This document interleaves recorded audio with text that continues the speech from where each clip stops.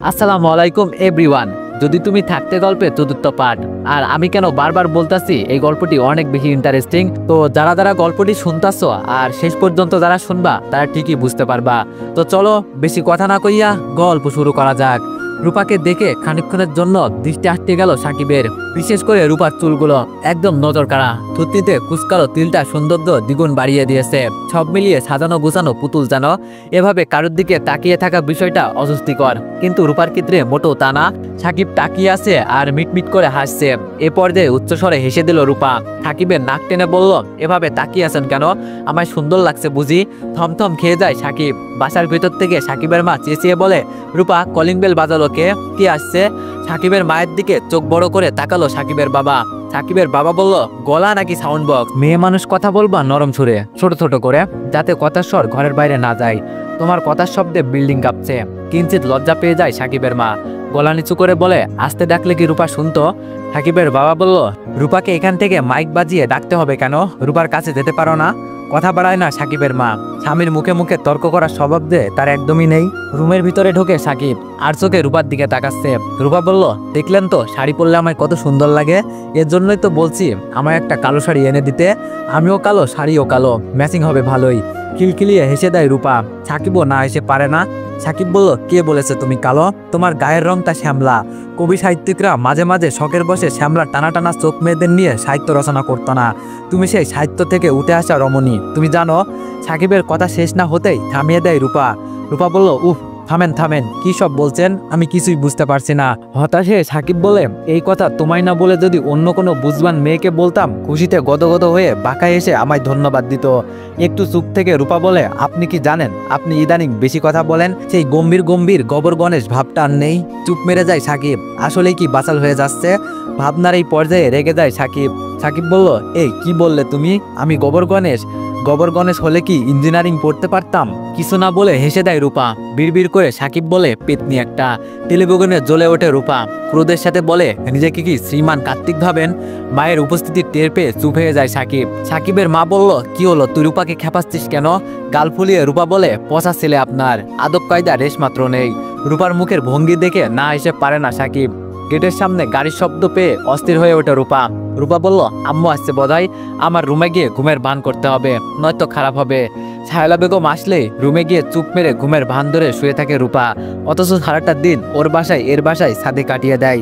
সাকিবের দিকে তাকিয়ে বলে, আরে আপনি এখান থেকে যাচ্ছেন না কেন? শুনতে পাচ্ছেন না আমি বাসায় যাব? সাকিব বলল, তুমি বাসায় যাবে তো আমি এখান থেকে যাব কেন? তাড়াহুড়ো করে রূপা বলে, আমি কি বাসায় শাড়ি পরে যাব? শাড়ি কি এখন আপনার সামনে চেঞ্জ করব?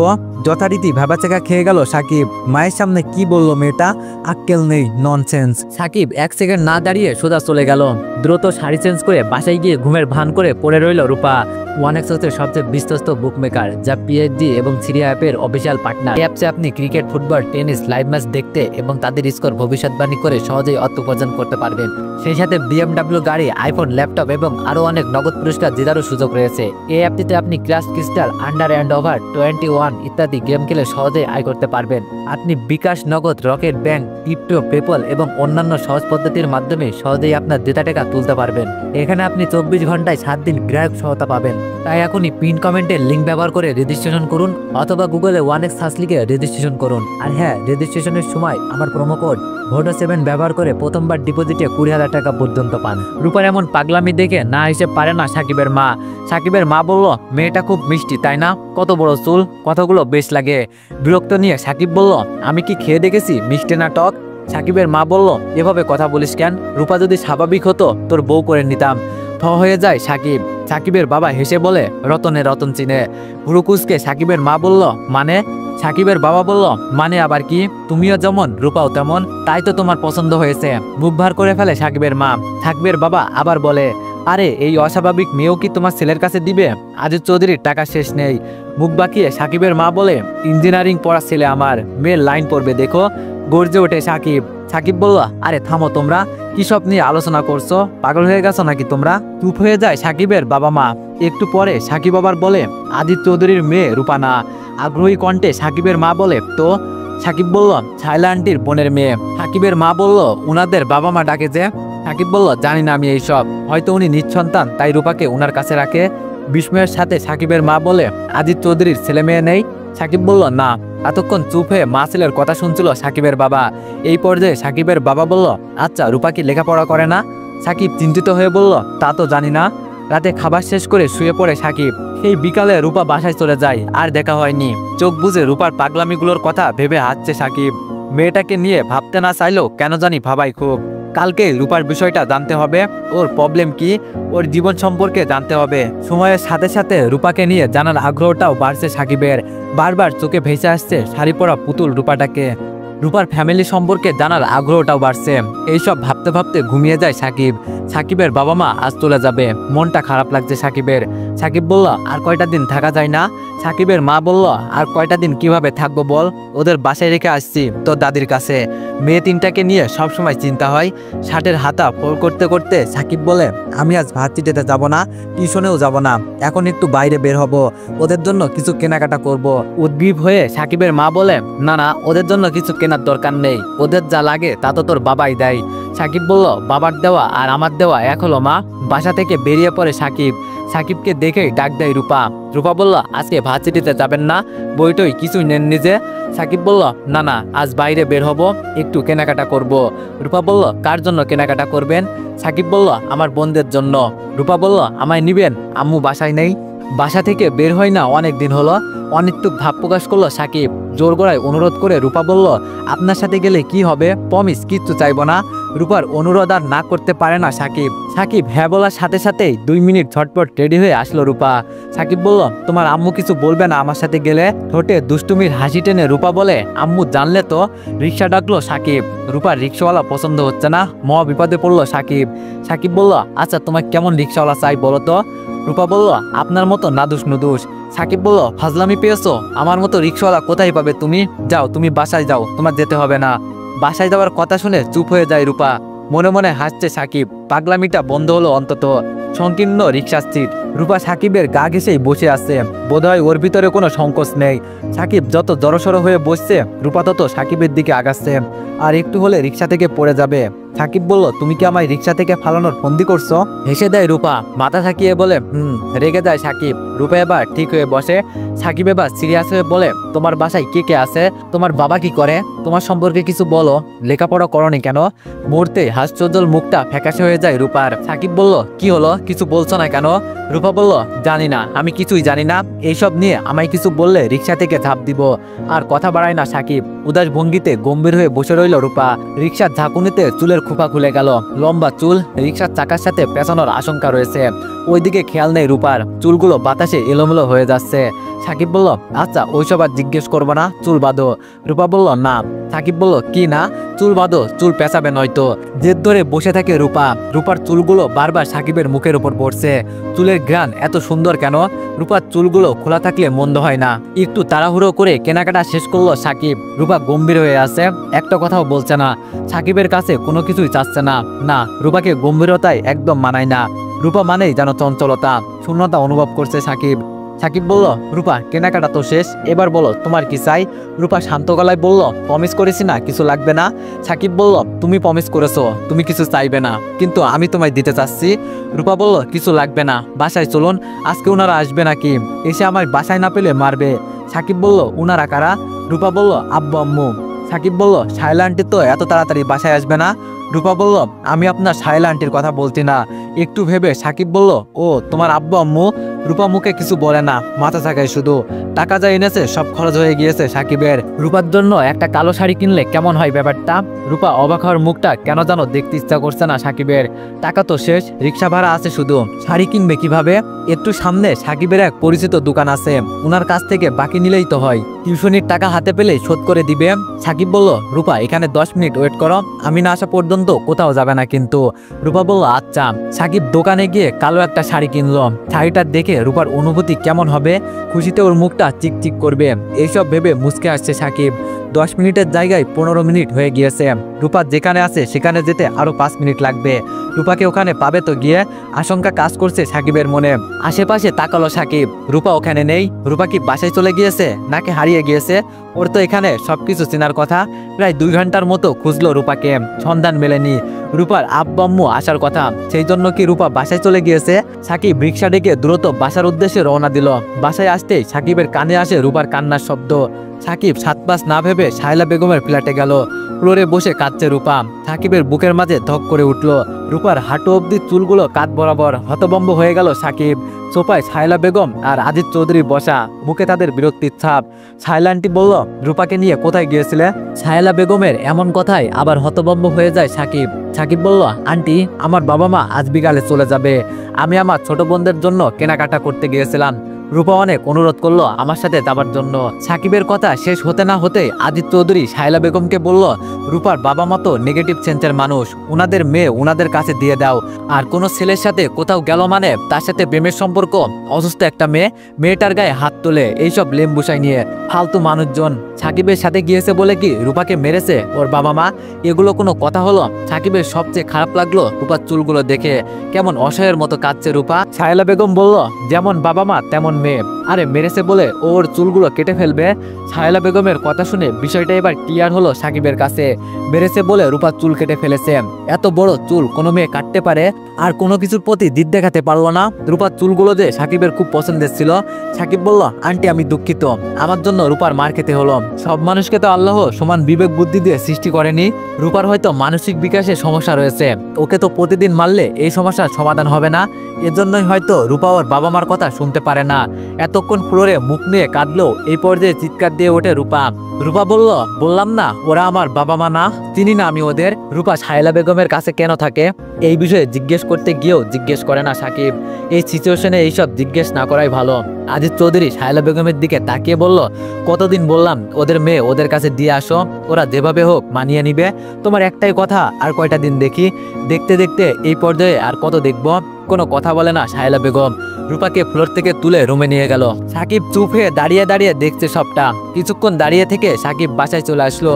সাকিবকে দেখে উচ্চুক কণ্ঠে সাকিবের মা বলল, রূপা মেয়েটা এমন কেন রে? কত বড় চুলগুলো কেটে ফেললো। দীর্ঘ নিঃশ্বাস ফেলে হতাশ কণ্ঠে সাকিব বলল, তুমি দেখলে কিভাবে? সাকিবের মা বলল, ওর কান্নার শব্দ শুনে গিয়ে দেখি দরজা বন্ধ, জানালা দিয়ে উকি মেরে দেখলাম। সাকিব বলল, ওর বাবা মাকে দেখছো? সাকিবের মা বলল, না, ওনারা অন্য রুমে ছিল, গলার স্বর শুনেছি কিন্তু দেখিনি। সাকিব বলল, শায়লা আন্টি বাসায় ছিল না ওকে যখন মেরেছে? সাকিবের মা বলল, না, উনি তো একটু আগে আসলো। সাকিব বলল, ওর বাবা মা এত তাড়াতাড়ি চলে গেল কেন? সাকিবের মা বলল, জানি না।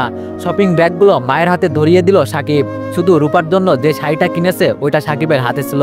সাকিবের মা বলল, ওটার ভিতরে কি? সাকিব বলল, আমার শার্ট। মায়ের কাছে মিথ্যা বলে ব্যাগটা নিয়ে দ্রুত রুমে চলে গেল। ব্যাগটা ডয়ারের ভিতরে রেখে খাটে শুয়ে পড়ল। রূপার চুলগুলো কেন কাটলো? অসহায়ের মতো কাঁদছিল মেয়েটা ফ্লোরে বসে। বুকের ভিতরে চিনচিন ব্যথা অনুভব করছে সাকিব। রূপার মা বাবাকে কাছে পেলে কড়া কয়েকটা কথা শুনিয়ে দিত।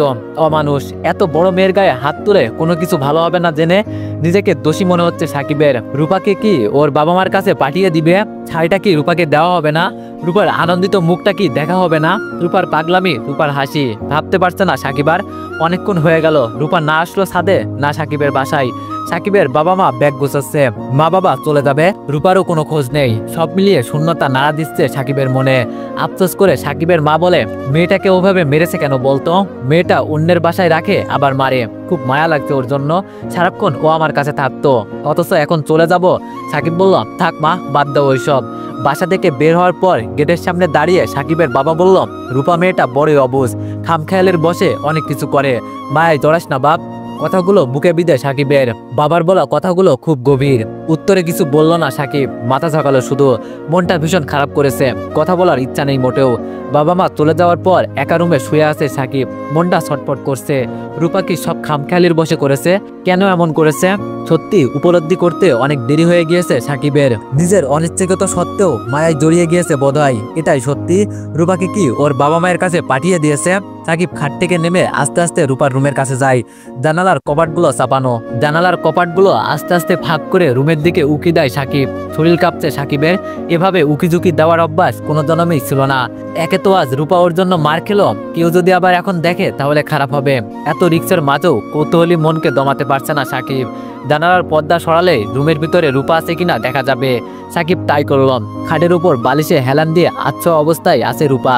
রূপার চুলের দিকে তাকালেই সাকিবের মন খারাপ হয়। রূপার মুখ জুড়ে বিষণ্ণতা, চুলগুলো উস্কো খুস্কো, চোখ ফুলে রয়েছে।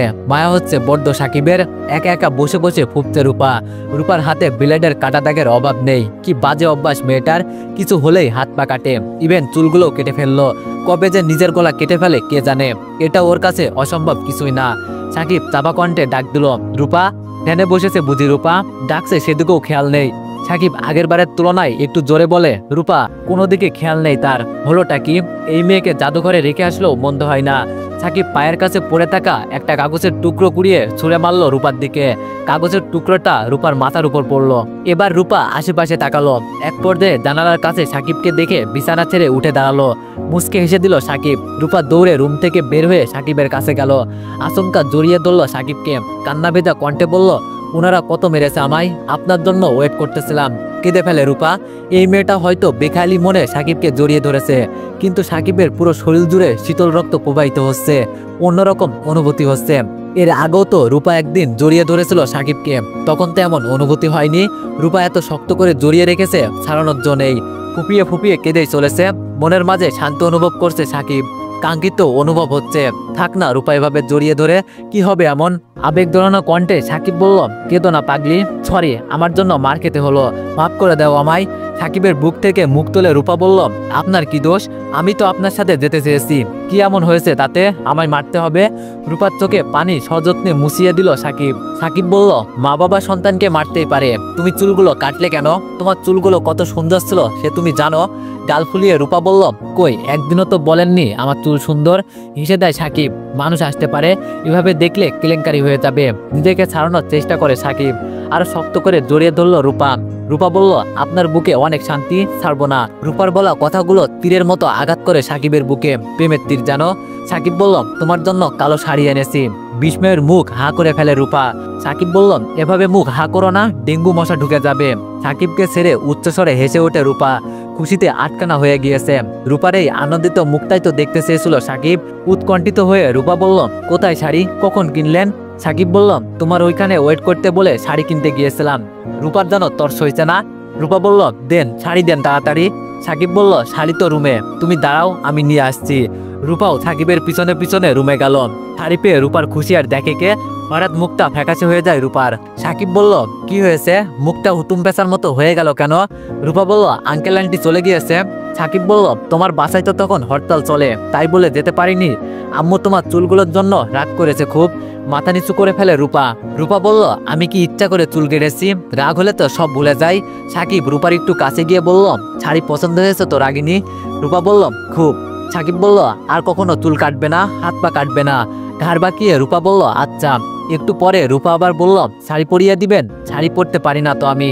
রূপার কথা শুনে জিব্বায় কামড় দেয় সাকিব। কি ব্রেকলেস কথা বলে। সাকিব রূপাকে বুঝিয়ে সুজিয়ে বলল, না না আমিও পারি না, তুমি এখন বাসায় চলে যাও, আমার রুমে তোমায় কেউ দেখলে বাজে ভাববে। রূপা বলল, আপনি শাড়ি এনে দিয়েছেন, আপনাই পরে দেখাবো না? সাকিব বলল, এখন পরে দেখাতে হবে না, তুমি শাইলা আন্টির কাছ থেকে শিখে নিও। আর রাতে সবাই ঘুমানোর পর শাড়ি পরে ছাদে এসো, সেই দিনের মতো গল্প করব। বিস্ময়ের সুরে রূপা বলল, সত্যি? সাকিব বলল, হ্যাঁ। খানিকক্ষণ কি জানো ভেবে রূপা বললাম, আন্টির কাছে শাড়ি পরা শিখবো? আন্টি যদি জিজ্ঞেস করে শাড়ি কোথায় পেয়েছি, আমার পা ভেঙে রুমে বসিয়ে রাখবে। চোখ কপালে উঠে গেল সাকিবের। সাকিব বলল, তাই তো, মাথায় ছিল না একদম। তুমি যেভাবে পারো পিছিয়ে পড়ো, ভুলেও শাইলা আন্টির কাছে জানো যেও না, শাড়ির কথা জানো না জানে। সন্ধ্যাবেলায় ক্লান্ত শরীর নিয়ে বিছানায় গায়ে লিয়ে দিল আজিজ চৌধুরী। হাতে শরবতের গ্লাস নিয়ে রুমে ঢুকলো শাইলা বেগম। বেলের শরবত আজিজ চৌধুরীর পছন্দের। আরামরা হয়ে উঠে বসলো আজিজ চৌধুরী। শরবত খেয়ে গ্লাসটা বেড সাইডে রাখলো। আদিত্য চৌধুরী বলল, আজকে রূপার বাবা মা কি কাণ্ডটাই না করলো। রূপার যে মেন্টালি অবস্থা, ও প্রেম ভালোবাসার কি বুঝে বলো? ও যা করে খামখেয়ালির বসে করে। রূপার বাবা মাকে নিয়ে আদিত্য চৌধুরীর কাছে বড় গলা করার উপায় নেই শায়লা বেগমের। ঠান্ডা গলায় শায়লা বেগম বলল, সবার জ্ঞান তো এক না, আমরা নিঃসন্তান, তাই রূপার প্রতি আমাদের ভালোবাসাটা বেশি। আমরা অন্যায়টাকেও পজিটিভ সেন্সে দেখি, কারণ সন্তানের মোহে আমরা অন্ধ। তাচ্ছিল্যের হাসি হাসি আদিত্য চৌধুরী বলল, তোমার লজিক্যাল কথাবার্তা শুনে হেসে পারি না। আর একটা কথা কি জানো? কৌতূহলের চোখে আদিত্য চৌধুরীর দিকে তাকিয়ে শায়লা বেগম বলল, কি? আদিত্য চৌধুরী বলল, পর কখনো আপন হয় না। যতই তুমি বোন বোন করে ডাকো, বান্ধবী কখনো বোন হয় না। তোমার বোনের মেয়েকে তুমি জোর খাটিয়ে যা ইচ্ছা তাই করতে পারবে। রূপাকে যদি কিছু বলো, তাহলে ওর বাবা মা বাজে রিয়েক্ট করবে। মুখ ফ্যাকাশে হয়ে যায় শায়লা বেগমের। শায়লা বেগম বলল, বাদ দাও এসব। আদিত্য চৌধুরী বলল, ওটা ওদের ধর্মের দোষ। চোখ লাল করে আদিত্য চৌধুরীর দিকে তাকায় শায়লা বেগম। শায়লা বেগম বলল, ফালতু কথা না বললে হয় না তোমার? আবার হেসে দেয় আদিত্য চৌধুরী বলল, নিজের সুবিধার জন্য রূপাকে তোমার কাছে রেখেছে। রূপা সুস্থ হলে তোমার আর খোঁজ নিবে না। এই যে দেখো, ভাইদের আমি কত কষ্ট করে লেখাপড়া শিখালাম, চাকরি পেয়ে এক একজন আমার প্রতি বিমুখ। একবার লসে পড়েছিল, আত্মীয় স্বজনের ভাবটা দেখছো তখন? পৃথিবীটা বড়ই স্বার্থপর শায়লা। আদিত্য চৌধুরীর কথাগুলো তিক্ত মনে হচ্ছে শায়লা বেগমের কাছে। কথা না বাড়িয়ে শুয়ে পড়ল। বিছানায় শুয়ে চোখ বুজে আছে সাকিব। পড়ায় মন বসছে না, কখন রূপা ছাদে আসবে মন সেই দিকে। এমন ছটফট ভাব কখনো হয়নি সাকিবের। আজ হচ্ছে। হঠাৎ চিন্তাগ্রস্ত হয়ে পড়ে সাকিব। রূপার সম্পর্কে কিছুই জানে না। ও কি লেখাপড়া করে? ওর অতীত, ওর ফ্যামিলি? এভাবে হুট করে মায়া জড়িয়ে গেল। মায়া তো আর বলে আসে না, জেনে দাঁড়ানো টাইম কোথায়। হঠাৎ টোকা পড়ল সাকিবের দরজায়। রূপা এসেছে। দরজা খুলে দেয় সাকিব। সামনে একটা পুতুল দাঁড়িয়ে আছে। অবাক হয়ে গেল সাকিব। লম্বা চুলে রূপাকে যেমন সুন্দর লাগতো, ছোট চুলেও তেমন সুন্দর লাগছে। শাড়িটা কোনোরকম পেঁচিয়ে পড়া, গুছিয়ে পড়লে হয়তো এত সুন্দর লাগতো না। পছন্দের মানুষ সব অবস্থাতেই সুন্দর, তাই বোধহয় এমন হচ্ছে। বিস্ময় কাটিয়ে সাকিব বলল, ছাদে যাবা না? মুচকি হেসে রূপা বলল, যাবো তো। দুইজন পা বাড়ায় ছাদের দিকে। রূপা সাকিবের হাত ধরে হাঁটছে। রূপা বলল, আপনার আমার খুব ভালো লাগে। রূপার কথায় কি উত্তর দেবে সাকিব জানে না। একটু চুপ থেকে সাকিব বলল, শায়লা আন্টি ঘুমিয়েছে তো? রূপা বলল, হ্যাঁ ঘুমিয়েছে তো। আপনি শায়লা আন্টিকে এত ভয় পান কেন বলেন তো? তো এভরিওয়ান, নেক্সট পার্টের জন্য সবাই একটু বেশি বেশি কমেন্ট আর একটু বেশি বেশি লাইক করে দিয়েন। ধন্যবাদ।